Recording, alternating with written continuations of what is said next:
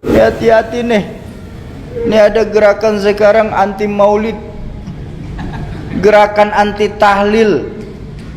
Bahkan teman-teman saya itu, saudara-saudara kita, Pak, pernah nanya sama saya, Sauki, apa? Memangnya roh dibacain Fatihah pahalanya nyampe?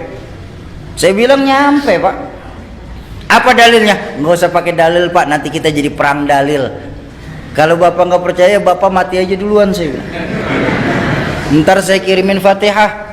Kalau nggak nyampe, balik lagi kasih tahu. Lo kalau khilafiyah kita perbesar, Pak, sampai kiamat pun nggak akan selesai. Benar? Makanya Al-Quran memberikan jalan tengah. Apa jalan tengah yang Al-Quran ajarkan? Lana a'maluna walakum a'malukum. Jadi buat saya yang senang maulid kita di Pekanbaru, bagus, terusin. Baginda Nabi senang. Yang nggak suka maulid juga udah diam-diam aja, Pak. Nggak usah pakai ngata-ngatain yang maulid dan bakal masuk neraka. Dikit-dikit neraka, dikit-dikit neraka. Emang neraka punya bapak moyangnya? Hati-hati nih, hati-hati. Nih kita di tempat kita nih di Pekanbaru ini masih banyak ulama-ulama, masih banyak guru-guru. Dan mohon maaf Bapak Ibu, cari ulama dan tuan guru kita nih yang sanad keguruannya mutawatir, sambung menyambung sampai kepada baginda Rasulullah Sallallahu Alaihi Wasallam. Ini penting sanad keguruan nih. Makanya saya agak kurang setuju ketika ada yang bilang bahwa hukum Islam itu cuma dua, kembalikan kepada Quran dan Sunnah. Buat saya orang bodoh ini, Bapak Ibu saya sekalian, buat saya orang bodoh ini, kalau kita mengambil hukum dari Quran dan Sunnah, terlalu pandailah kita, Pak. Kenapa? Bahasa Quran itu terlalu luas untuk diterjemahkan, Pak, kalau lewat terjemahan saja. Bahasa Quran dan hadis itu sangat luas kalau kita cuma memahami Quran lewat terjemahan. Satu contoh, mohon maaf, dalam Al-Quran yang diperintahkan itu cuma sholat. Betul apa enggak? Apa dijelaskan dalam Al-Quran sholat zuhur, asar, maghrib, isya, subuh? Di mana kita temuin? Hadis. Dalam hadis pun cuma dijelaskan 5, tapi bagaimana mengerjakannya dijelaskan apa enggak? Contoh hadis yang paling gampang. Baginda Nabi bersabda dari Imam Ahmad, "Shallu kama ra'aitumuni usolli." Salatlah kamu sebagaimana kamu melihat aku sholat. Ini kalau kita terjemahkan ya. Mohon maaf saya tanya, ada di sini yang pernah ketemu Rasulullah? Ada yang pernah duduk di belakang Rasulullah? Terus bagaimana kita tahu sholatnya Rasulullah? Dari guru-guru kita yang ngajarin kita. Ini loh pentingnya. Makanya hukum Islam itu bukan cuma 2 tapi 4. Ada Quran, ada Sunnah, ada ijma, ada qiyas. Yang nggak ditemukan di Quran bisa kita temukan di hadis. Yang nggak ada di Quran dan hadis bisa kita temukan di dalam ijma. Yang nggak ada dalam ijma bisa diqiyas melalui ulama-ulama kita. Bayangkan untuk memahami untuk berijtihad satu hukum, ada syarat ijtihad, Pak. Paling tidak dia harus hafal 30 juz, 114 surah, 6230 sekian ayat. Selesai? Belum. Dia harus tahu asbabun nuzul dari ayat tersebut. Selesai? Belum. Dia harus mengkhatamkan minimalnya 3 tafsir Al-Quran yang masyhur. Tafsir Jalalain, tafsir Ibnu Katsir maupun tafsir Tabari. Silakan. Selesai? Belum. Dia harus belajar asbabun nuzul. Untuk tahu asbabun nuzul berarti harus belajar hadis. Untuk tahu kedudukan hadis kan harus belajar mustalahul hadis. Untuk tahu mustalahul hadis ya tentu harus belajar asbabul wurud. Untuk tahu asbabul wurud ya harus belajar fikih. Untuk tahu fikih yang ngaji sama ulama-ulama yang ada sekarang. Jangan ngajinya sama Mbah Google.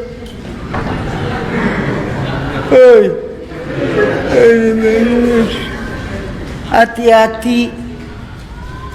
Enggak semua bid'ah itu jelek. Enggak semua yang tidak dilakukan Rasulullah itu jelek. La kullu bid'atin dhalalah. Ada enggak semua bid'ah itu jelek, ada bid'ah hasanah. Contoh. Quran yang lagi kita baca sekarang ini, Pak. Itu bid'ah, Pak. Benar enggak? Di zaman Rasulullah enggak pernah membuat mushaf. Semua langsung penghafalan kepada sahabat. Cuma ketika Rasulullah wafat di Khalifah Umar bin Khattab, banyak sahabat-sahabat hufaz pada meninggal dunia karena perang. Sebagai khalifah, Sayyidina Umar ini berpikir, nih kalau kayak begini Quran akan hilang karena banyak sahabat hufaz yang wafat. Lalu dibikinlah satu ide untuk memushafkan Al-Quran. Bahkan Sayyidina Umar sendiri berkata, hadza bid'atul hasanah. Ini sebaik-baiknya bid'ah. Bid'ah tapi masih baik. Jadi tidak semua bid'ah itu jelek, Pak.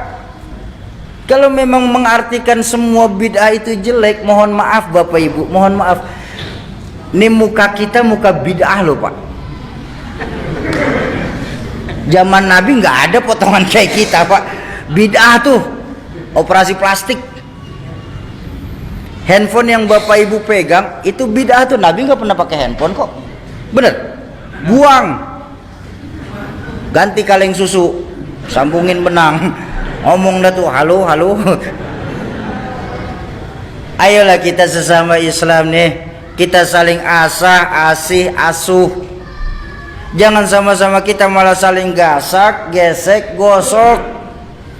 Sudah waktunya kita nih sekarang meluruskan saf, merapatkan barisan. Musuh kita sekarang sudah jelas, Pak. Apa musuh yang paling nyata? Sekularisme dan liberalisme. Jadi selama mereka bersyahadat Tuhannya Allah, Nabinya Muhammad, merekalah saudara kita. Setuju? Jangan suka kita mengkafir-kafirkan. Ingat dakwah baginda Nabi itu mengislamkan orang kafir. Kok malah sekarang ini mengkafirkan sesama Islam? Ayo dalam berdakwah, yasiru wala tu'assiru. Kalau ada yang mudah jangan disulitin. Basyiru wala tunaffiru. Gembirain, jangan malah ditakut-takutin. Itu dakwah baginda Nabi. Kenapa beliau itu sukses? Karena beliau itu juga sebagai contoh dan panutan. Beliau sebagai contoh dan panutan buat kita. Jadi nggak bisa kita samakan dengan diri kita dengan baginda Nabi. Dan wajar ketika baginda Nabi itu diperingatin maulidnya, Pak. Jadi nggak ada istilah itu melakukan maulid itu bid'ah. Apa bid'ahnya? Oh, kita tambah kenal sama baginda Nabi. Ayo, bagaimana kita bisa tahu sejarah baginda Nabi kalau bukan lewat pembacaan sejarah baginda Nabi? Benar? Tuh Nabi Muhammad seorang manusia biasa, Sauki. Ulama nggak ada yang maksum, Sauki. Yang maksum cuma Rasulullah. Iya, saya setuju. Tapi kan ada sebuah makalah yang mengajarkan kita, laula murabbi ma araftu rabbi. Kalau saja tidak karena guru-guru kita ini, maka niscaya ditampan tidak akan kenal siapa Tuhan kita. Pertanyaan saya simpel, Bang. Di mana keimanan kita sebagai muslim?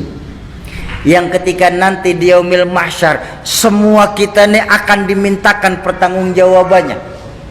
Sudah termaktub dalam surah Yasin, al-yauma nakhtimu ala afwahihim wa tukallimuna aydihim wa tashhadu arjuluhum bima kanu. Mulut dikunci, tangan berbicara, kaki bersaksi atas apa-apa yang kita lakukan di permukaan bumi Allah ini. Di mana, Bang, nilai keimanan kita sebagai muslim, Bang?